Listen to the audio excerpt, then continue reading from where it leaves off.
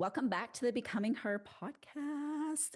It is officially the first podcast in the new podcast studio, which I'm super hyped about. We've done a little bit of remodeling thanks to my amazing husband, which has been so patient with me to see out my vision that I had.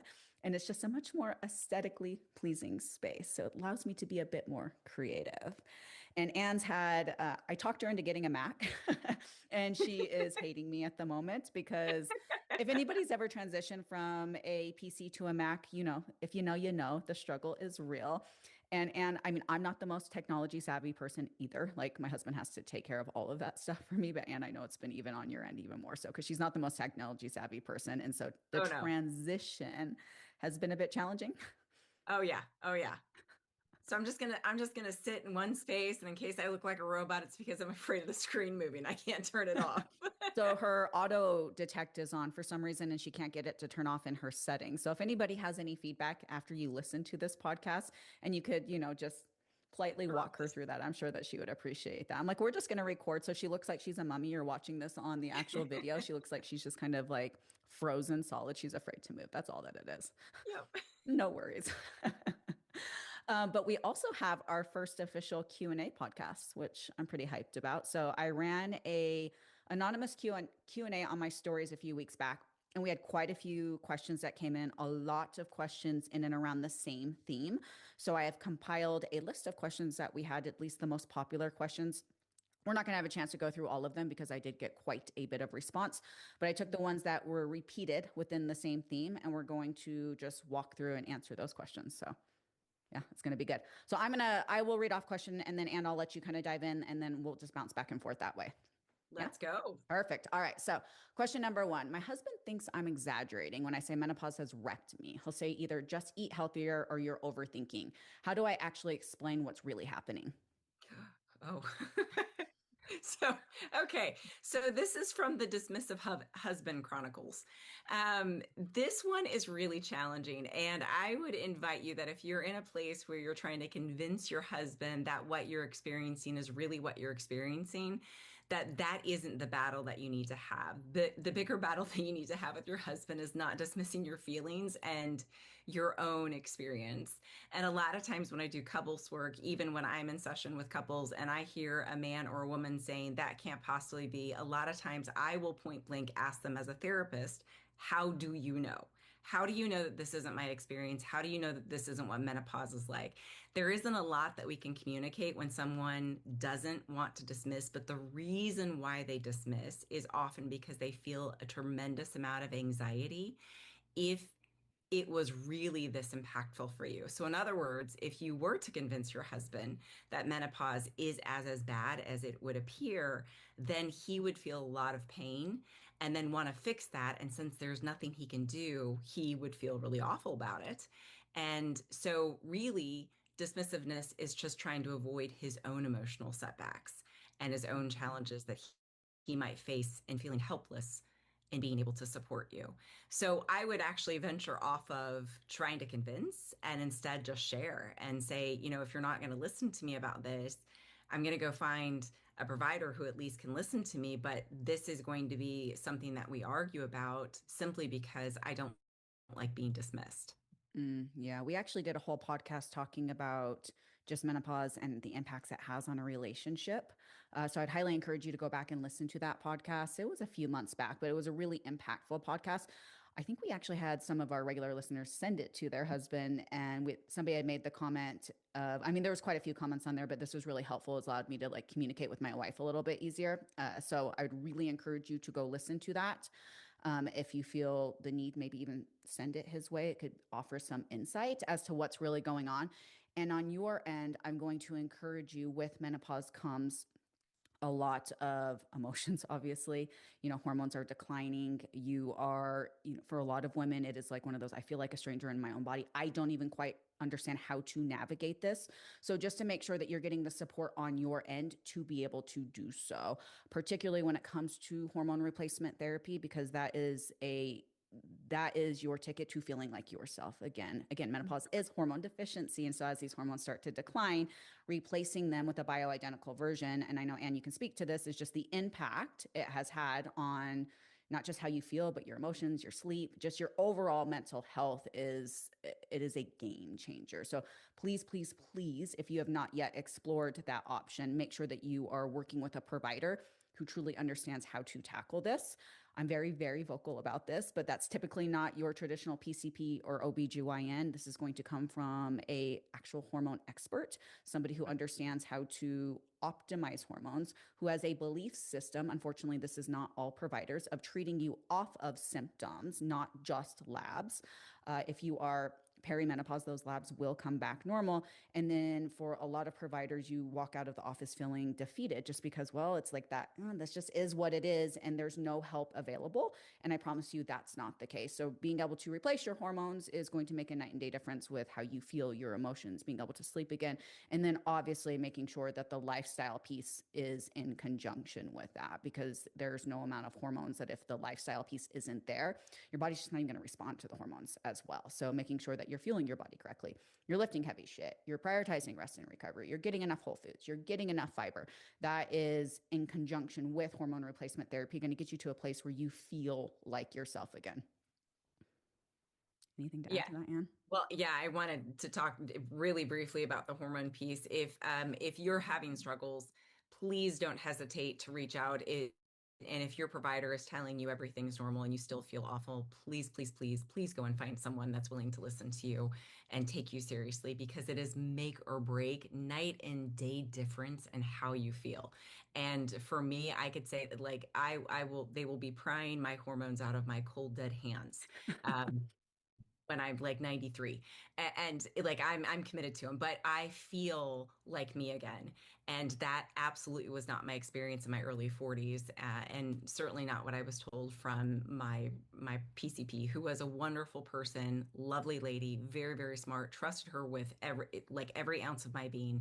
She just had a very different perspective for treating perimenopause and menopause than what I needed and what I wanted.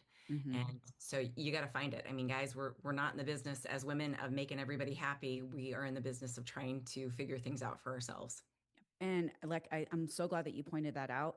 Again, I'm sure that they're a great provider. They just don't know what they don't know. There's very, very little training when it comes to traditional PCPs, even OBGYNs, when it comes to how to help and support females going through menopause. Again, the training is just very, very, very minimal. So being able to work with an expert who understands this on a deeper level. And I always say it's like, if you needed open heart surgery, you're not going to go to your primary care physician expecting that. You're going to go to a cardiologist because that's what they specialize in. Your hormone protocol and therapy and replacement should honestly be no different here.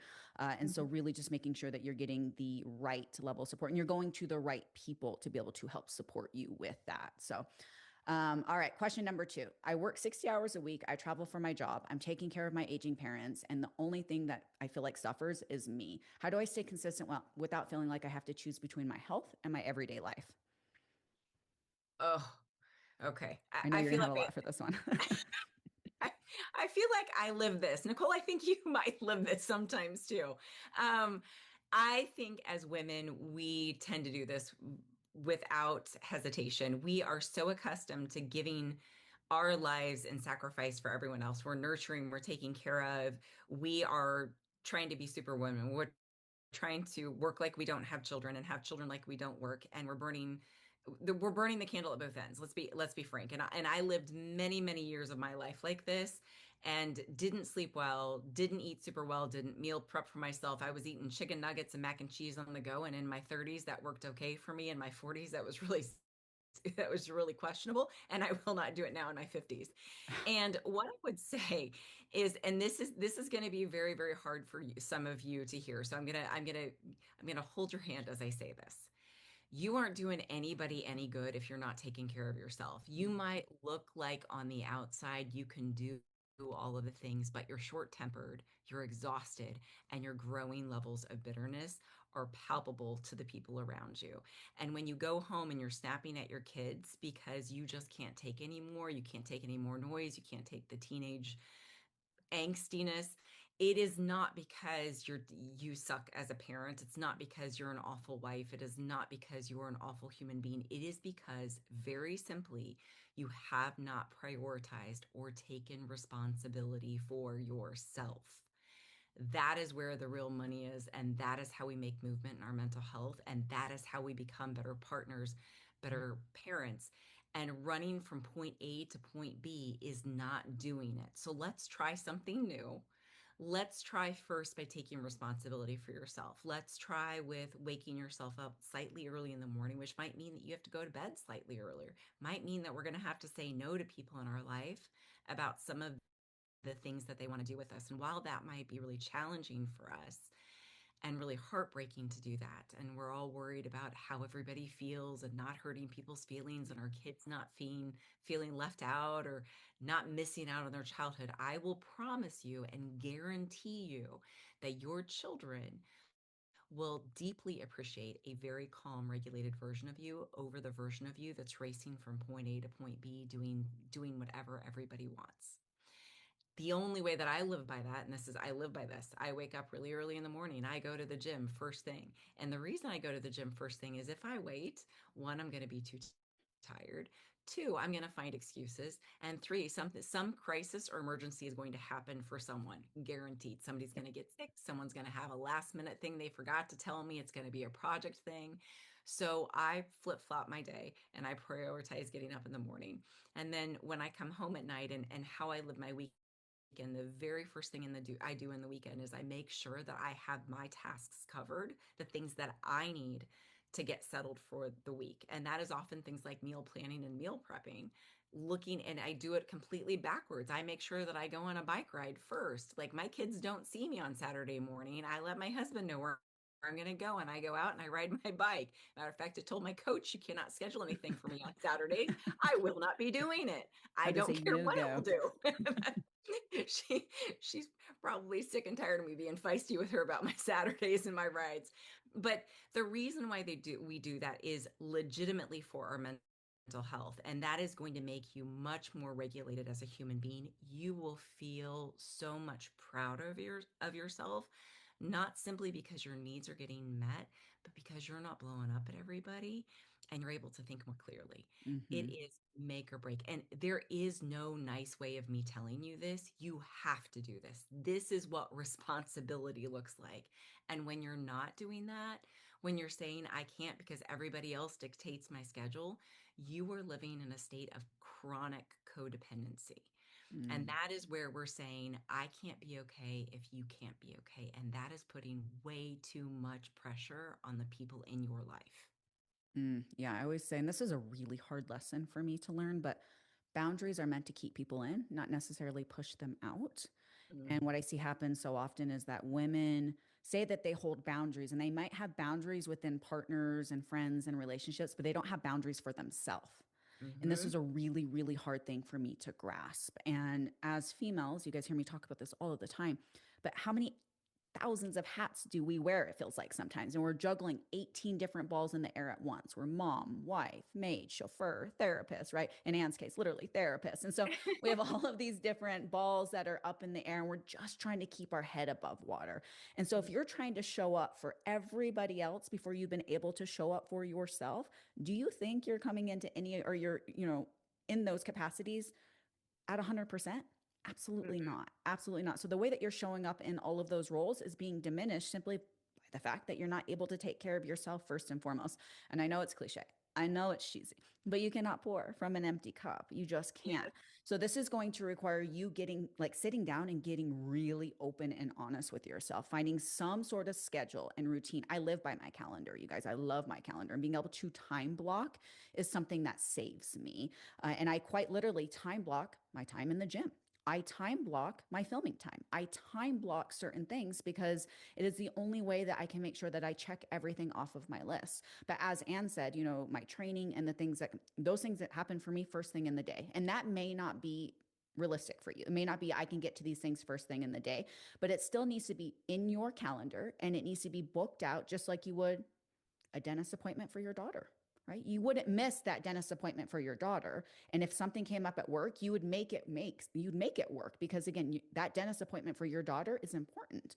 It's no different with your training, your meal prepping, your even just recovery alone time. I will time block out like blocks throughout my day, 20, 30 minutes that just say breathe, relax, shut down, close, like whatever it looks like for me, just to be able to almost recalibrate. But Mhm. again, this has come with a lot of trial and error of what works well for me within my scheduling. So I would really, really encourage you to sit down. And if you have not looked at your day and planning it out from, A to Z and figuring out what are those time blocks and when it makes sense for you. And then also making sure that you don't, what I see happens so often is women overcommit, especially when it comes to their health and fitness journey, because we think more is better and we're going to get to our end goal faster. And so you go from not tracking your nutrition, not working out, not having a step goal, not having any sort of parameters in place into, okay, my goal is to lose 20 pounds. So I'm going to get the gym 6 days a week. I'm going to eat 1,300 calories. I'm going to, 150 grams of protein. And you try to take everything on. And then that becomes that perfectionist mentality, right? I always say, when life be lifing, as it always does. And then the thing that goes when life is lifing is the thing that's met with the most resistance. And so that's when your steps slowly go out the window because it's overwhelming when you try to go from averaging, let's say, it's very common, 3,000, 4,000 steps a day when we have women who are working and just, we have very sedentary jobs these days. And then I'm going to go from 3,000 steps to 10,000 steps overnight as if that is not going to impact you. And so the thing that goes is the thing that, again, met with the most resistance. So that's your steps. That's your training when you go from working out 0 days to 6 days a week, because more is in our head, more is better, but more isn't better. Better is better. So what is realistic for you is going to be the question I get asked. And well, how many days a week should I work out? And my first question is, how many days can you commit to this? Not just when it's new or it's fun or it's exciting or it's convenient. When life is chaotic and things get thrown your way and curveballs, what is that time block that you can put in your calendar and yes, schedule it? And I know for a fact Monday, Wednesday, and Friday, I can make this happen. Cool, fire. We're writing a 3 day training split. Why in the world would I write you a 5 day training split if realistically you can only hit 3 days a week that you know for a fact that you can commit to? So that's the first question, is really getting honest with yourself here. And it might be you stepping out of your ego a little bit of, this is what the day to day looks like for me. This is what's realistic. And then time blocking around what that is. And then having some sort of commitment to that. I heard somebody say the other day, and I'm like, oh my gosh, there's so much power to this. But you hear people say often, the phrase "give yourself grace," and what she was saying is, I feel like grace is seen by the wayside if we don't have grit that goes with that grace, because the grace is the kindness, the grace is the kindness, the grit is the commitment. And so if you are somebody who is trying to, start some new schedule or routine that works towards your health and fitness goals, and you have the mantra of, okay, this is hard, give yourself grace, yes, but where's the commitment that follows through? So this is going to come with that piece of, I made a promise to myself, I'm going to keep these promises I made to myself. If you take the route of which we just talked about right now, I looked at my calendar, I looked at my schedule, I know for a fact this is what I can commit to, and then you keep those commitments. I see you shaking your head, Anne. I'd love for you to chime in. Yeah, there are a couple points that I really wanted to point out, that as women, we tend to worry about everybody else feeling gypped or left out, or hurt by us taking care of ourselves or doing the right thing. And one of the things that I want to point out is that our children and the world around us doesn't listen to what we say, they listen to what we do. And so, what you model at home in terms of self care is what your children, particularly your daughters, are going to pick up. For those of us that are women, and for those men that might be listening to this, your sons are going to follow what you do, not what you tell them to do, but what you actually are doing as an aspect of self care, because otherwise they're getting a message from you directly that self care is not important. So while we're pouring into our children thinking that they feel loved and nurtured and taken care of, what we're doing is we're encouraging sacrifice to a point of injury. And Mm, that is something that I take seriously as a parent. And that's something that I take seriously as a mental health provider. And that's one of the reasons why I really get feisty about it. The other thing that I want to invite you to do is that pick three really small things. Three things that are so ridiculously tiny that you're like, there is no reason why I couldn't do this. And then do those things, move in a direction towards those three really small things. When I first started meal planning, it literally looked like the only 3 days the work week that I was worried about were Monday, Tuesday, and Wednesday. Those were the only 3 days that I meal planned for. That was it. That's all I did. And then it was leftovers or just like Russian roulette the rest of the week. And now I plan for just about every single day because I like it. It works so much better. I'm not worried about it. My kids appreciate it. Um, but do what fits for you and find it in really tiny steps. They do not have to be mega steps. Matter of fact, research says the tiny steps over long term are going to get you much farther because they're compound steps. So we can keep growing them, we can keep increasing them, but we got to start small and we got to start somewhere. Yep, 1,000%. I love that you brought that up. It's again, it seems in the heat of the moment when it's new and it's fun and it's exciting, but when it comes to the reality of actually cultivating habits, this is going to come from, again, those small things that we compound. And again, they just continue to, we stack undeniable evidence that we are who we say we are. And now those efforts continue to compound. And then when we realize that typically what it tends to be too is what's that saying, fear is a mile wide and an inch deep. And when we Mm. step into it, it's not as overcomplicated or maybe as hard as we wanted to make it out to be. I love that you brought up meal prepping, right? In the very beginning, it felt so overwhelming, but now I do it because it saves me kind of thing. And we tend to really overcomplicate and make things a little bit more challenging and difficult than what they are. So Yes. again, being able to recognize that and see that and then allow those things to compound and stack that evidence and then continue to build upon that. All right. I love this question, Anne. I know that this is going to align or it's going to resonate with you. And this is one of my very favorite things to talk about. But do I really have to lift heavy weights at 50? I've always been a cardio girl and I'm terrified I'm going to get bulky or injure myself. So, and I know we've talked about your journey. I mean, often. So you have so much to say about this, but I'm so excited as well. But I'm going to let you rip first. Okay, first up, person who asked the question. Yes, you are my people. I lived and breathed cardio from the age of 7. I was a competitive swimmer all the way to early 40s, where I took up cycling. I did running for a hot second in my miserable years that I hated myself. I love you, runners. I wasn't a runner. I tried really hard. Um, and cardio was my jam. I literally, even for me to give up I still rode bike a couple times a week, and for me to give that up, like my coach would have to give me some really stellar evidence just to give up my cardio. However, what I will say is that when I went to the gym, and I did so begrudgingly, and I mean, I was bitter and grumpy and salty at being at the gym, and I have been at the gym at that hour, mind you, to do cycling, indoor cycling. Okay, so it wasn't the time; it was the fact I was lifting heavy weights, and I didn't know what I was doing, and I didn't want to do it. And I will say that I did it for 6 months and I was like, okay, whatever. I'm getting slightly stronger. That's kind of neat. But like I wasn't noticing definition. And I would say about the point I really started to notice some amazing definition was about the year mark. And then you take it another 6 months past that. Holy smokes. I had people stopping me, talking about how I looked and how much discipline I looked like I had. All right. Mm-hmm. And for those of me that know me and that have heard me talk before, I love my chocolate and tortilla chips. So the discipline isn't about denying myself. So it's all about 30, 45, sometimes an hour in the gym, 3, sometimes 4 times a week. That is it.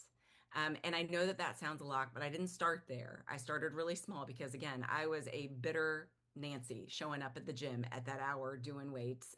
And I can tell you to this day, I still go and I can't do squats like other women that are my age that are lifting like really, really heavy stuff. One day I hope to get there, but I can do a lot more than I used to, and I am so much stronger and look so much stronger than what I did. But yeah, you do. You got to do it if you want different results. Like there isn't. I was doing, and I've talked about this before. I was doing 100 miles on my bike every week, and I was getting fluffier and fluffier, and I didn't understand it, and I wasn't eating a lot. So it was really frustrating. And I tell you what, when I started lifting weights, flip-flopped. I eat more than I do. I eat more now than I went when I was riding 100 miles a week. Mm-hmm. I work out less time, well, at least less time on the road, that's for sure. And I look far more cut than what I ever did. And it is mind blowing. Cannot state this enough. Mind blowing. I now enjoy going to the gym. It's not miserable. I'm not as bitter. But I had to really hunker down for, I'd say, about 6 months to even get to a place that I was even remotely potentially looking forward to going to the gym. You brought up so many great points here. And she had asked, is it really necessary? Necessary if your goal is not just to look your best, but to feel your best. Yes, it is 1,000% necessary. It is a non negotiable. Muscle is the key to everything that is good in life for you. Everything. And not even just, and I'm going to put this on a t shirt, the toned, banging body that you feel damn good and naked. We're talking longevity. We're talking health. We're talking anti aging. We're talking combating falls, breaks, tears, osteoporosis. We're talking being able to make menopause your bitch. Muscle is the key to all of those things. And so when it comes to, again, I feel like feeling your best gets overshadowed by I just want to look my best. But when menopause hits, and I'm sure that you're feeling this as hormones start to decline and your body becomes, you don't recognize it, you don't understand what is going on, up, down, left, sideways, your emotions are all over the place. Muscle is going to help you combat all of those things. And so, as estrogen starts to decline and we become more insulin resistant, and there are so many things going on internally inside your body with hormones declining, not to mention the fact that as we age, we start to lose muscle mass. And so, being able to at bare minimum, and I talk about this, sustain and maintain the muscle that you do have, but being able to add more of it to your frame is the only way you're going to combat all of these things. If you are a female who is not strength training, your future is going to look like, and I mean this with all the love of my heart, and like Ann said, there's no easy way for me to say this, but your future will look like nursing homes. Your future will look like needing help to get off the toilet. If you are not lifting weights heavier than your purse, your future is going to look like a lot of dependency on everybody else to help you with bare, basic shit. It will not be fun. Your body is going to shrink. Your lifestyle is just going to get smaller, and you are going to be riding the struggle bus hard. And so, this isn't even just about, and I know we start this journey for the physical piece of it. And don't get me wrong, the physical piece of it, I'm all about body comp. I'm all about the toned look. I'm all about, it's my love language. But it is so much more than just my body looks good. As you age, it's a non negotiable. It's just a non negotiable. And there's no ifs, ands, or buts about it. And I don't know if you mentioned this in that list of things that this helps with, but our muscle mass drives metabolism. Mm-hmm. So for those of you that really enjoy tortilla chips and chocolate, like me, and ice cream and all the good foods, it's not in I thought this when I was doing a lot of cardio, thinking like you're burning a lot of calories. Yes, you are. You're burning a lot of calories while you're doing the exercise, but you're not burning a lot of calories at rest. And that is the game changer for metabolism, burning extra calories at rest, doing absolutely nothing simply because you have extra muscle mass. Like, what a brilliant sales pitch for muscle. Yep. It's calorically expensive. So it takes calories to be able to sustain and maintain your muscle mass. And it is a driver of metabolic capacity. And until you have a metabolism that's working for you instead of against you, this is exactly why you lose the weight to gain it back, to lose it to gain it back. So if the goal is to keep the weight off, then muscle is the way. It's your insurance policy. There's no better deposit that you can make in your metabolic bank account than adding muscle to your frame. And I love that Anne brought up the fact it's like I was bitter, I was resentful. I can lift a lot heavier weight now because I get asked this question often because you guys hear me talk about this. I'm always talking about lifting heavy shit, right? Multiple times a week. And then we put that heavy shit back down. And I get asked often, it's like, well, how heavy? And that's relative. Weight is relative to you. What's heavy for Anne is going to look very different than what's heavy for me. The goal here is taking your muscle to failure and making sure that you're tracking your training and that you are applying progressive overload. Again, this is it's a very unique individual thing. What works for me and the amount of weight I lift isn't going to look the same than what you would be lifting. But what I can tell you is that females tend to really underestimate just how strong they are. And I'm not telling you just to go lift a ton of weight to lift a ton of weight without your form being in check. But what I am telling you is that you are stronger than what you think. And your weights do need to be heavier than your purse. And so start small. And if that is just body weight and resistance there, cool, fire, love that, but build and allow yourself to give yourself credit for being as strong as you are and give yourself credit for wanting to take up space and give yourself credit for being there and owning this part of you because this is, again, I keep saying non-negotiable. I'm trying to find a better, more powerful way of phrasing this, but I just don't have one. As you age, it is then it is what's going to drive your lifestyle. And whether you age with grace and being able to enjoy your years versus aging not so gracefully and menopause sucking your soul and just living a life that just doesn't feel good. Fair statement. Hands like over here shaking her head. Yeah, yeah. No, nobody can see me shaking my head, and if I shake it too violently, my video my video will pan to me. But yes, absolutely, that All is right. it. Love that. So this is kind of piggybacking off the muscle piece of this, because the nutrition piece of this with the muscle piece of this is huge. But I keep hearing I need way more protein, but every time I try to hit those numbers, I feel stuffed or bored out of my mind with chicken and eggs. Is it worth really forcing it? I just had a conversation this morning with a friend of mine about this very exact same topic. Yes, it is worth it. And it is worth it for a lot of different reasons. One, especially for those of us that are in a place where we have insulin resistance, or if our A1C is jacked up, that's where mine was. We got to flip flop some stuff around, right? But we do need protein to build muscle, and that's going to be the most effective thing. We need carbohydrates to support cardio. So if we're doing less cardio, we need slightly less carbohydrates. Also, carbohydrates increase blood glucose, right? So this is a really useful thing. And I am with you. I am one of those people that I felt like I was eating meat all day long and I was getting really bored by it because I'm not a meat eater. I like, yeah, give me my carbs all day long. And it really worked for me the first 35 years of my life. I will say that had to find a lot of other different sources of protein, and Mhm. you get really creative with this. I mean, 100 calories of broccoli, which is like 2 to 3 cups of broccoli, has 11 grams of protein. Greek yogurt has protein in it. There are a lot of alternatives. We can add stuff into carbohydrates that we like. We can add extra things into muffins that we bake. We can get creative with bringing protein and protein sources in particular, into food. So it doesn't have to be boring. And if it is boring, please, please, please don't end your journey simply because you're bored with food. There's a lot of really creative chefs out there that talk about high protein meals that taste just as amazing as typical meals that you would have. And if it kind of makes sense in my mind. So my daughter had a stomach issue for a while, and we had to do the FODMAP diet, and I had to do a whole bunch of extra meal prepping for her and change up the things that I brought into the home so that she could eat food appropriately. I went out of my way to do this. And if I can do this for my daughter, then I can figure out how to do it for myself. Now, I was much more resistant. I'm sure that many of you are resistant to doing this to yourself, but what we eat, we wind up consuming. So what we consume, we wind up craving.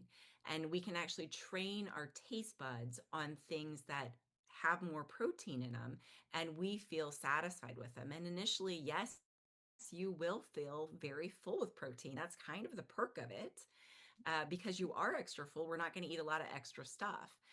But eventually, you get to a place that your body metabolizes it pretty normally because it habituates to it. And then it just uses it really effectively. And Nicole, I am 100% positive that you have a ton more to say about this topic than even I do. But I can just say, from even layman's place, doing this myself, that there are a number of different tweaks that you can make that you will not even notice the difference and still enjoy a lot of the foods that you enjoyed. You nailed it. You nailed it. And I do have more to say to this because I see often that it's not so much that you struggle to hit your protein as much as it's you're not making the right choices when it comes to putting your meals together. And there are really simple, easy swaps that we can make that make hitting this goal a lot less daunting. And what I see happen is, like Anne said, most of the time you hear I need to consume more protein. And that typically comes with the thought process of I need to eat more meat.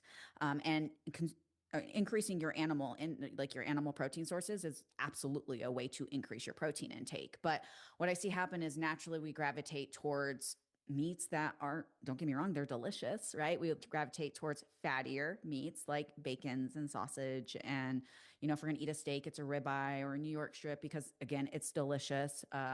We gravitate towards, if it is ground beef, it tends to be like 80/20 75-25 kind of thing because it's cheaper in the store. And we just don't know what we don't know either. And so if you're not somebody who's ever really tracked your intake or looked at your breakout of macros before, you gravitate towards these things again because they're delicious. They might be a little bit cheaper in the stores. And this is what you think you need to do to increase your protein intake. And this becomes really challenging to hit the amount of protein that you need to hit. And I get this question often. It's like, how in God's green earth, Nicole, do you expect me to hit my protein goal staying within my calorie deficit? I can't. If I hit my protein, I blow my calories out of the water. If I don't hit my protein, I'm way under. I'm struggling with this balance. And this is, again, you just don't know what you don't know. And it's a lack of understanding how to put the proper foods together to be able to do this. And so once you understand this piece of it, and I'm going to give you guys some tips and tricks, and I have a ton of resources in my private Facebook community. If you want access to that community, shoot me a message. I'll get you into that community that's going to allow you to do this. But I have a few tips and tricks here that is going to make hitting your protein goal effortless. And this is something, you guys, like Anne said, it's another, like strength training, it's another non-negotiable when it comes to being able to, at bare minimum, be able to sustain and maintain your muscle mass. A high protein diet is going to, like Anne said, keep your belly happy and satiated, which means you're not snacking as much. You don't have the cravings for those snackier foods. Fun fact, protein has the highest thermic effect of food, up to like 20%. So, meaning your body burns calories just digesting protein. It takes your body more work to digest protein. So, up to 20%. And that doesn't seem like a lot, but if you are eating 100 calories worth of protein, your body is digesting up to 20 calories, or it's burning up to 20 calories just digesting that protein, which, again, a bigger bang for your buck there. And that adds up over time. If 600-700 calories of your day is coming for protein, and most average women, it is going to be in and around that. And so being able to, first and foremost, pre-track and pre-log your day. This is not the sexy side of fat loss. This isn't the glamorous side of it. This is, I know, the side that feels overwhelming and daunting when you're starting out and you're new to this journey.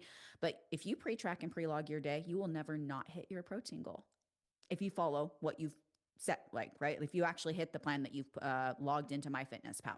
Now, this is going to take more time in the very beginning. It's going to feel overwhelming. It's going to be one of those, like, I don't want to do kind of things. And this is where it's like, give yourself grace for the overwhelm that tracking is, but we also need the grit that comes with that grace and the follow through. Because you can track all day long, but if you just throw it out the window because it's too hard, it's challenging, I can't get my macro split right, then you're never going to reap the rewards from that. So if you set your day up by pre-tracking and pre-logging, and you take, I don't know, 20 minutes the morning of, 20 minutes the night before to set yourself up for success. And even if at the very beginning, all you're tracking is your protein, cool, start there and you're hitting that protein goal. Second, understanding what foods are going to give you a bigger bang for your protein buck. And what I mean by this is, what are you going to get the most protein out per calories for the calories amount. So this is something I always give a really easy hack to do. This is, if you look at the back of like a nutrition label and it shows, let's say, 20 grams of protein. And if you add a zero, so basically multiplying by 10%, but if you add a zero to that protein amount, so you take 20 and you add a zero, that's 200.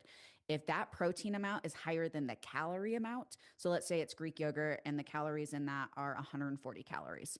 You add a zero to that 20, it's 20 grams a serving. That 200 is higher than that 140.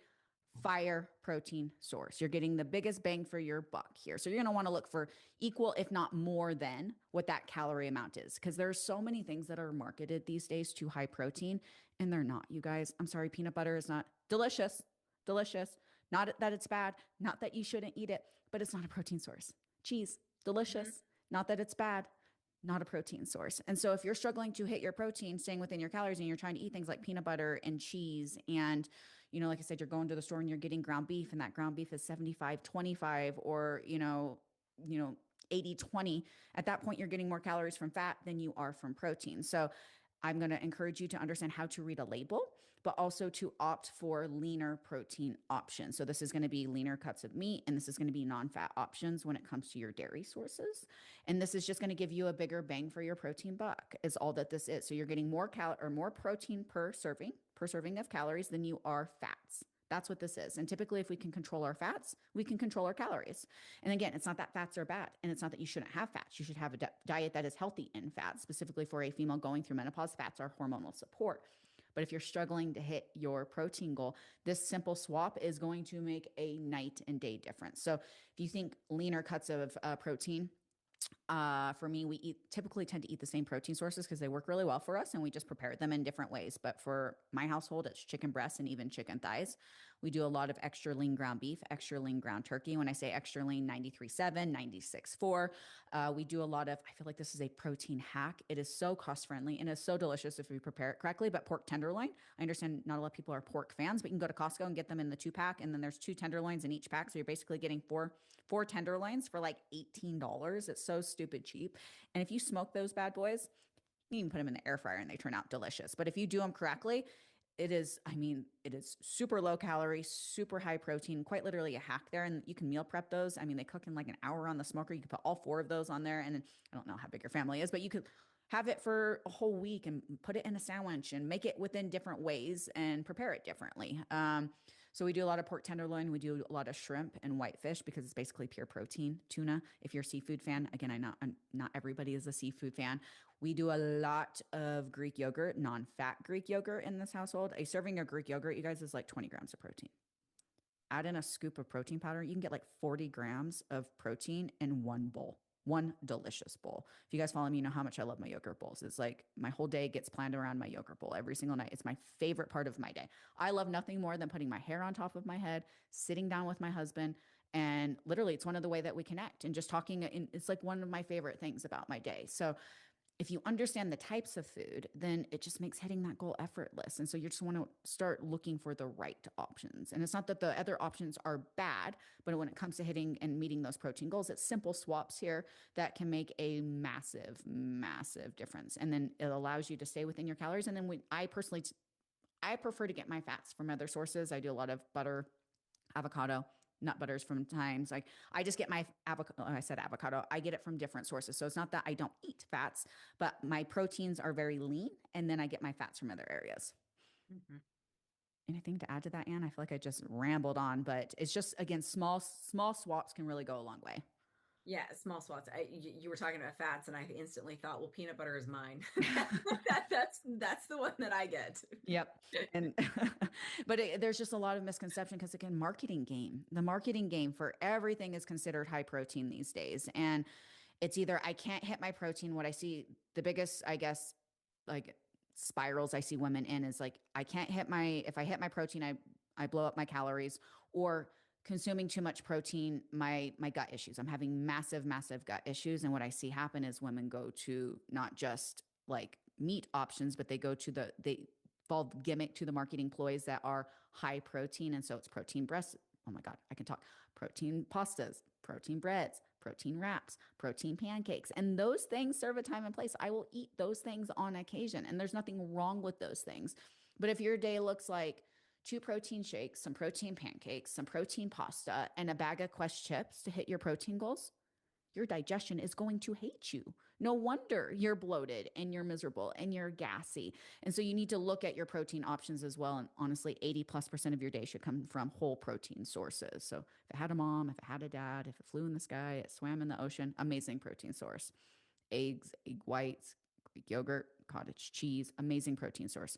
Edamame, tofu, hemp, seitan, amazing protein sources for vegans specifically, complete protein sources. So I think that's all I have to say there. I could ramble on for the rest of this podcast about protein. I really could. But yes, another one of those you really do need to hit your protein goals, and you don't have to choke down bland chicken breast to do so. Please don't. Please Yeah. don't. Because that makes it miserable and then you're gagging it down and it's not fun. And then it does feel daunting. So just experiment and allow yourself some time to rework and play around in MyFitnessPal. Find the protein sources that you really love and play around with amounts and, pairing them with different foods to be able to find like your sweet spot and the foods that don't be prepared to eat the same things on repeat, you guys. That's the other thing I see. It's like, I get bored. I don't want to eat the same thing. It's like, prepare it differently then. Prepare it differently. It's just no different than your wardrobe. You have staple pieces in your wardrobe. You're going to have staple sources in your diet, staple protein sources, staple fat sources, staple carb sources, and then just mix and match and prepare them differently. Absolutely. And Yep. there's so much on social media now with people that are posting high protein diet, high protein menu and recipes and a lot of things. Go there, go find your inspiration on social media, but don't get lost. Just find a couple. Yep, for sure. All right, let's move on here because again, I'll monopolize this podcast with just protein. And maybe that should just be a podcast in of itself. If you guys find value to that, I'm happy to record a podcast just diving into that for you guys and just options and things that would make your life easier. All right, next question. I've been reading about hormone replacement therapy, but I'm scared. Some people say it's dangerous, some say it's life changing. How do I know if I'm a good candidate? Ooh. Ah, go talk to a provider, but don't talk to any provider. Talk to someone that more likely functional medicine. They tend to really prefer optimization of hormone replacement. I had been on the fence too. I think there's a lot of misinformation and disinformation out there on social media about hormone replacement, really about anything. Let's be honest. You can find Yeah. controversy over egg whites, I'm sure, if we looked hard enough. But if you are not feeling good in your skin, if you don't feel like yourself, if you're tired all the time, you've got brain fog that won't quit, you want to take naps, you're falling asleep, near 3 o'clock in your afternoon, you're waking up at 3 a.m., everything seems kittywampus, and you're getting really fluffy, hormone replacement is going to be a really great opportunity for you to dive in and at least get the energy that you need and the clarity in your head that you need, but go and have someone explain what the different hormone replacement options are and why there are some dangers with some and not the dangers with the other. And when you find someone that's very, very knowledgeable, they're going to explain. And that's one of the things that was explained to me on why they said I take bioidentical hormones and and I said, well, these are a lot more expensive than what my husband's paying for. How can I can't get what my husband's? Why is it more expensive for me than my husband? And they went on to kind of explain to me, well, this is where we get cancers from, and this is all the bad press for hormones are the synthetic hormones, Mhm. and they explained it much better than I could ever explain it. But in a gist, what happened was night and day difference for myself. And I know people that have gone on hormones that haven't liked the experience. I know that when I went to my PCP originally, they told me I could go on progesterone only birth control, and I said, no, birth control has never done me well. I have always turned semi bipolar on birth control without a shadow of the doubt, and I wasn't going to be nasty to my family trying to get my life back. That it seemed like that was working in the wrong direction. But what I will say, and I say this as a healthcare provider myself, you are the expert of you. You may find someone extremely smart, very knowledgeable, but if it doesn't resonate for you, please, please, please keep searching. Keep searching until you find the person that it seems to really click, that it makes sense to you based upon the symptoms that you have. You are the only person who can do that. No one is going to be able to do that for you. There's a lot of really well intentioned healthcare providers out there, myself included, and we're going to be looking at things through a very specific lens that may or may not be a helpful lens for you because you are the consumer. You get to choose, you have all the power to determine whether or not you want to settle for what they're telling you or if you want to keep looking. And if you don't like what you're being told, there are other providers out there that have different training and different methodologies that can get you to where you want to go. Yep. I will say the Women's Health Initiative did us dirty, you guys, with a study years and years and years ago done in and around hormone replacement therapy. And these studies are still what a lot of providers, outdated studies, I should say, are still what a lot of providers are practicing and preaching by. And as Anne mentioned, there is a massive difference between bioidentical and synthetic hormones. All of these studies were done in synthetic hormones. Any sort of study that you read about or that you see that is out there is linked to a synthetic version. So, bioidentical is going to be the same molecular structure that your body already naturally produces. So, meaning it recognizes it as its own. Whereas synthetic is not. So these studies that they've done, specifically when we talk about estrogen, synthetic estrogen is horse urine. They derived this from a pregnant horse. So you're putting horse urine into your body, and then we wonder why we have the symptoms with that. And so when you look at the studies now that have been done, and I feel like, not feel like, I know for a fact, we're finally starting to put out the information, valid information out there when it comes to menopause and providers and boards. And we're starting to do more studies and really dive into how we can support women going through menopause. Just because there is, again, there's not a lot of information out there and there's not a lot of support. Is a night and day difference for a female going to her provider, walking in with brain fog, fatigue, overwhelm, anxiety, irritableness, low sex drive, gaining weight, than if a male were to go in to his primary care physician with the exact same symptoms. Those symptoms that that I just rattled off, if a male goes in to his provider with those symptoms, that provider is writing a prescription for testosterone before he can even spit out what he's saying. Whereas a female goes in with these exact same symptoms and it's like, well, sounds like you might be slightly depressed. Have you thought about seeing a therapist? My love, there's no possible way. You're way too young. There's no possible way you're going through menopause, right? Yep. So, That was and me. that's exactly what's happening. And I want to talk about this, might even be a different podcast for a different day, but women fear menopause in of itself. But I feel like the real threat is honestly perimenopause, specifically because there's not a lot of information out there. There's not a lot of support. Women are going through this blind, not being prepared at all about what's to come for them. And then when they are trapped in this body and they're having these feelings and these emotions, there's nowhere to turn because the support is very, very, very minimal. And so I'm going to save that because that's a whole podcast for a different day because I have so much to say about this. But these studies particularly were done, like I was saying, in synthetic versions, where is the bioidentical, the pros dramatically outweigh the cons when it comes to bioidentical hormone replacement therapy and replacing these hormones. You guys, if you think about it, these hormones kept you vital and ticking for the first 30 plus years of your life. And as they start to decline, no wonder your body feels out of whack. No wonder you feel like a stranger. No wonder you have no idea what's going on. And so being able to educate yourself here is crucial to being able to advocate for yourself. And just taking the generic, like Anne said, it would be really unfortunate if she took her, and it, like she said, an amazing primary care physician. But if she took that advice for face value because that physician had a few letters in front of their name as to the end all be all, she'd still be suffering. And there are so many women who suffer for years and years and years and years because they take that as well. It just kind of is what it is at face value and then go directly, like Ann said. I understood that, or I knew for a fact synthetic birth control was not an option for me. But then they get on these, synthetic versions and they start gaining weight and the symptoms they're erratic and they're all over the place and they feel worse than they did before they started the synthetic versions. And so this is something where I just would continue to, I'm not a doctor. I'm not claiming to be a doctor. By no means am I telling you to listen to me over your primary care physician.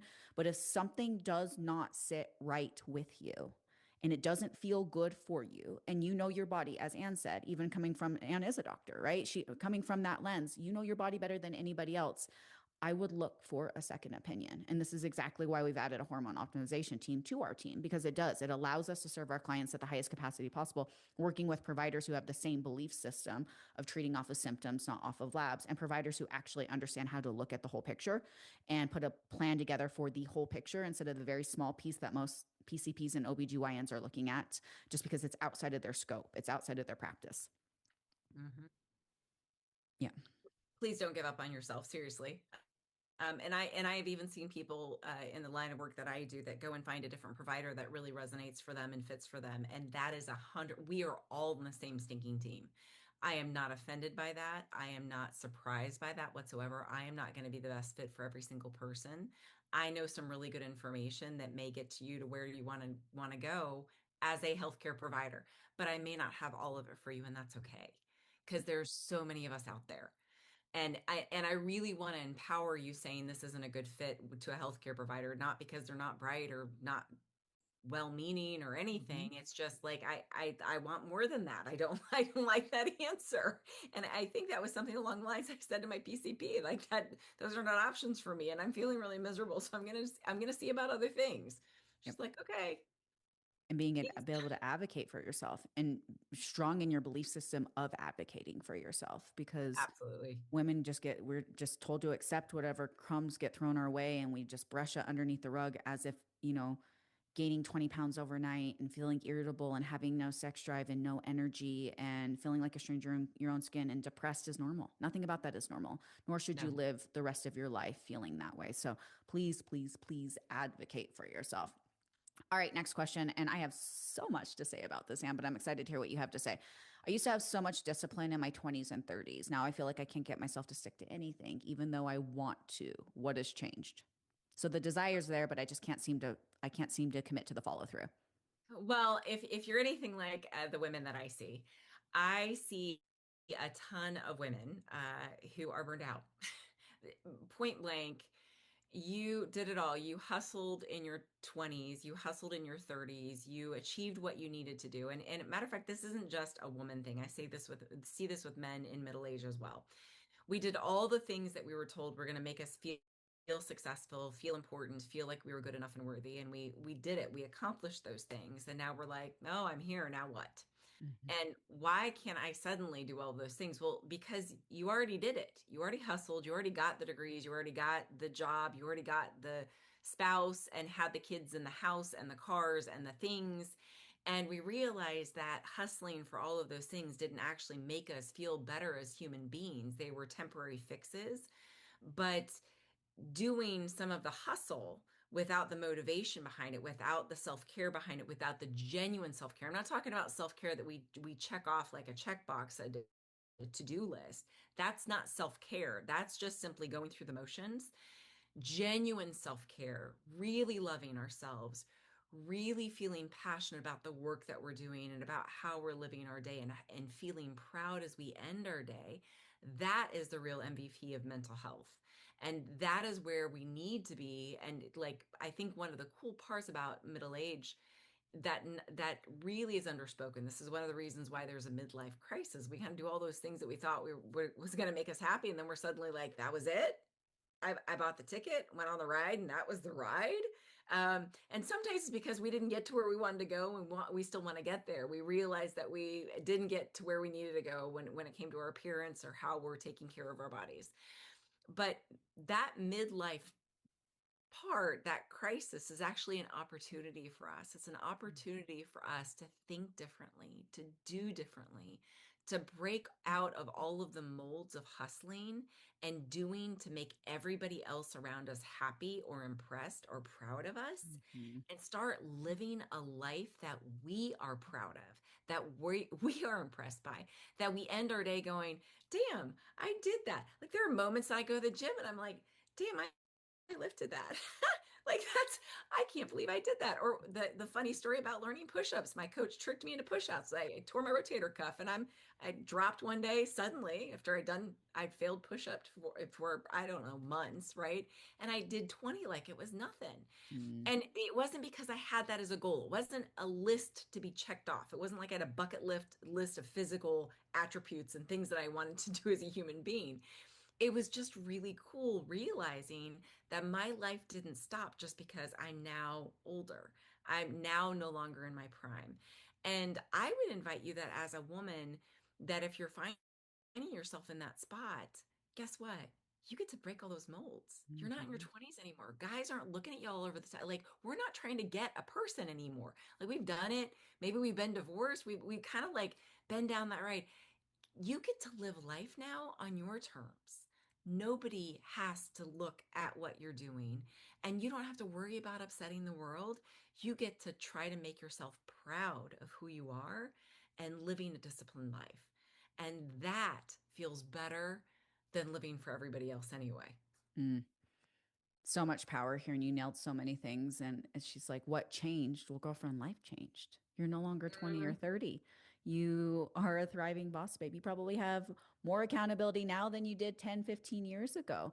Priorities have shifted, right? Your attention goes to other places. You don't have the same, like, what used to matter so much 20 and 30. And, like Anne said, trying to attract the guy and the thing, those priorities are completely different. So if you try to mold yourself within the 20 or 30-year-old version of yourself and adapt those same modalities, that's not fitting for the phase in the life that you're in now.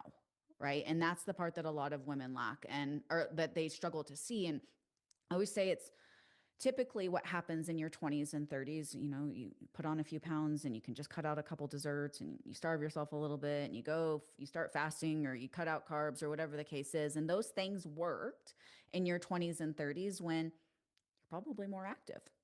Your metabolism, right? You weren't losing muscle, menopause hasn't hit, your hormones haven't started to decline, and your body is just in a completely different phase now than it was in your 20s and 30s. And so the strategy has to shift, and you are still trying to use outdated strategies for the body that you have now. And you're Yes. still trying to prioritize the things like you're looking at yourself at 20 plus years ago and saying, well, here, this was so much easier for me. Yeah, with 10 less, sets of responsibilities for the day kind of thing. We work with women who are leading teams and CEOs and executives and, moms and wives and chauffeurs and all of these different titles and things that we have going on within life. So that change, life change, you change. That is what has changed. And your strategy needs to shift with that. And when menopause enters, you no longer get to starve yourself and eat like a bird. You no longer get to just try to catch up on sleep over the weekend. You no longer get to utilize these same tools and tactics that worked for you in your 20s and 30s. You have to be taking a functional approach, giving your body what it needs to thrive. So this isn't a lack of, and I see women all the time, they want to blame themselves and I'm just not disciplined enough, right? Like this isn't a lack of discipline. This isn't a lack of willpower. You and I both know that you have plenty of that. This is a lack of strategy. This is your entire strategy is working against your hormones, metabolism, and mental sanity issue. That's what this is. It has nothing. This isn't a you thing.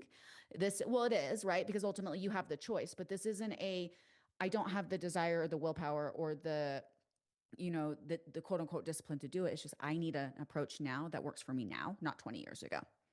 Mm. Yeah, I love the fact that you said that. As you were talking, I was thinking of now my youngest daughter is 18, and her mornings sometimes consist of a Red Bull and a bag of chips or French fries at like 5 hours later, and then she'll eat like McDonald's or something. Not, I don't have anything against McDonald's, but that is and she's like this big. She's like tiny.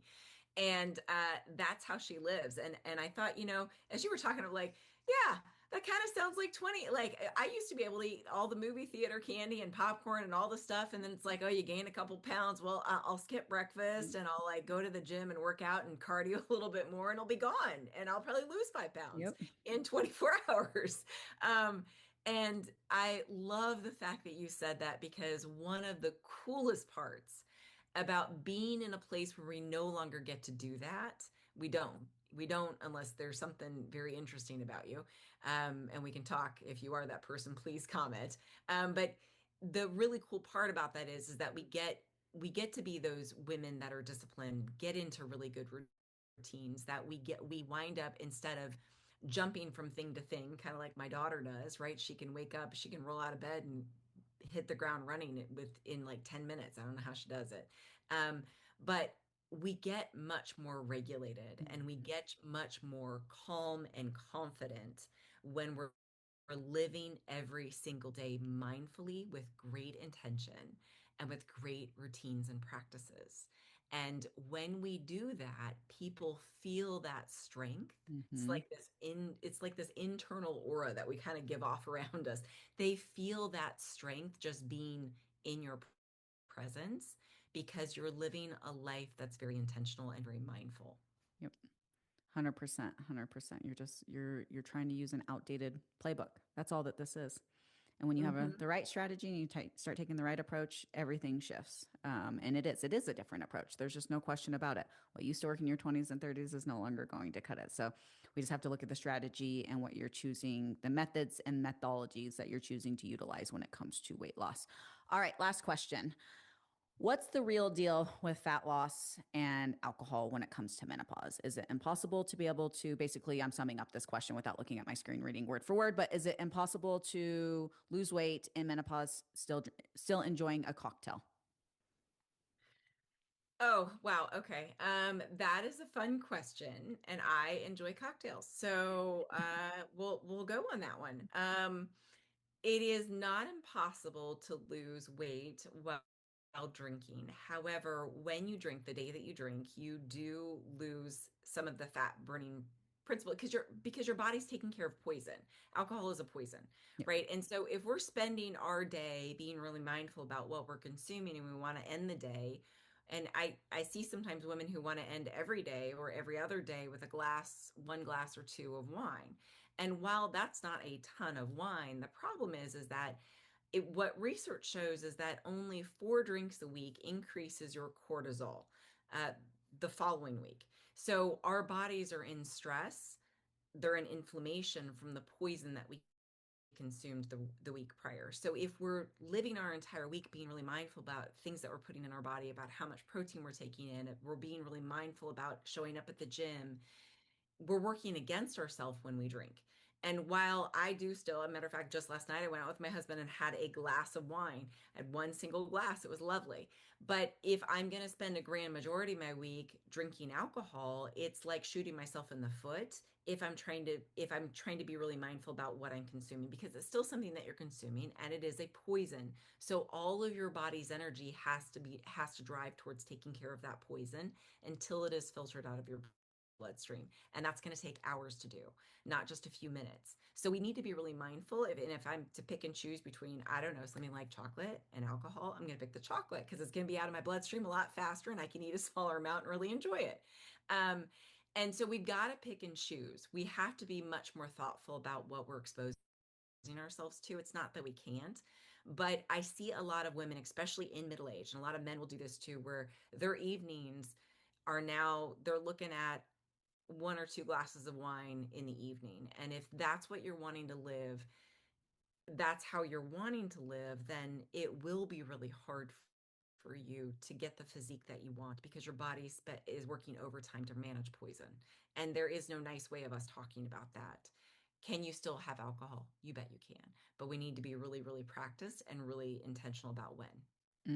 You just nailed it. And I feel like there's so much context missing here too. It's can you still drink and lose body fat? Like Anne said, yes, I enjoy a cocktail. She's, down X amount of percent in body fat. She's girlfriend's ripped. She's like, she looks phenomenal. So yes, it is possible. But Anne also has the 90+% mastered behind the scenes. She's consuming enough protein. She's strength training. She understands calories in versus out. And that part of it is being managed. So at the end of the day, like Anne says, when you drink alcohol, because you hear all the time it stops fat burning, it does for a period of time as it's trying to metabolize and push it out, as Anne said, out of your system. But when we compare apples to apples, if you are in a calorie deficit, you're consuming enough protein, and you drink alcohol and you still are within that calorie deficit, eating enough protein, you will lose weight. You will Mm-hmm. absolutely lose weight when apples to apples are compared. But you are living in the land of Delulu if you think that you're going to be able to macrofy your way into drinking a bottle of wine every single night, or trying to implement every single day getting away with consuming multiple glasses of an alcoholic beverage. And obviously there's different, lower calorie options versus higher calorie options, whatever it is that you're drinking, but that is just pushing real food off your plate. Calories still matter. And alcohol, a lot of people don't know this, is the fourth macronutrient.